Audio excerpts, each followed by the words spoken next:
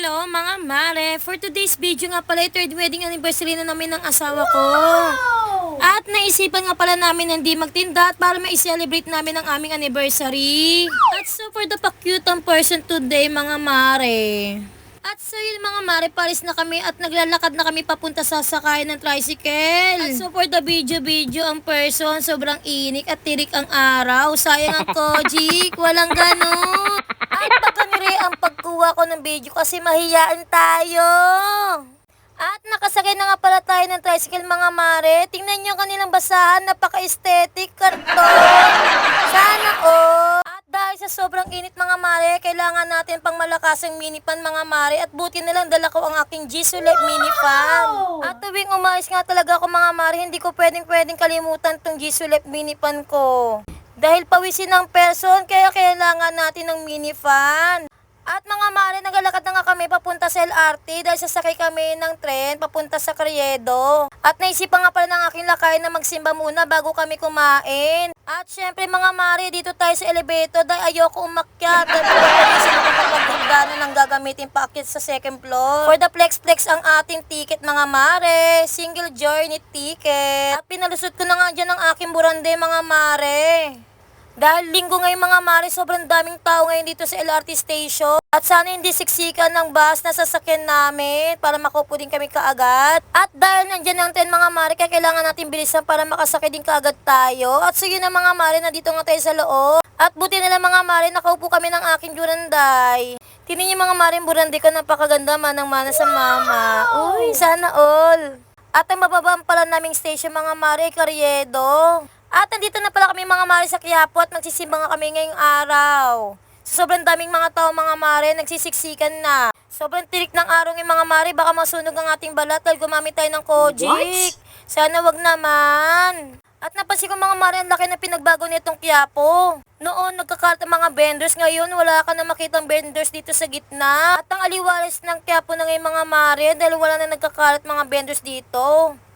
At nandyan na nga tayo mga mare sa simbahan at magsisisimba tayo. At dahil nga linggo mga mare, hindi nga tayo nakapasok sa loob kasi sobrang dami na nga tao dito sa loob at sa labas. Kaya pupunta nga lang tayo dito mga mare sa gilid ng simbahan para makapagsimba tayo, makapagdasal din. At gusto nga namin magsimba mga mare ng aking lakay kasi ito yung unang araw ng simba namin ngayong June. At dahil para makapagpasalamat din kami sa Panginoon sa lahat ng biyayang binigay niya sa amin.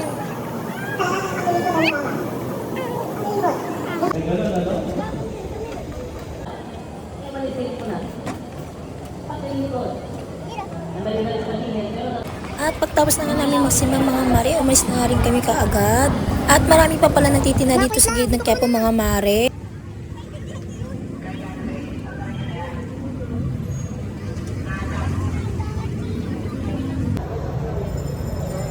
At nandito nga pala tayo mga mare sa Carriedo Station. Bumili na ako ng 2 single journey ticket mga mare kasi bababa kami sa Blooming Tree. Dahil nga doon nga ang lugar ng kakainan namin mga mare.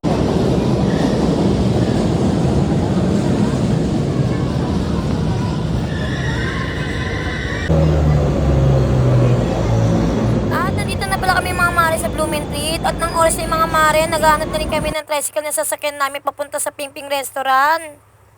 Yes po mga mare, sa Pingping Restaurant po kami kakain ng aking lakay. Dahil nakitrip siya sa lechon nila, sana all na lang talaga.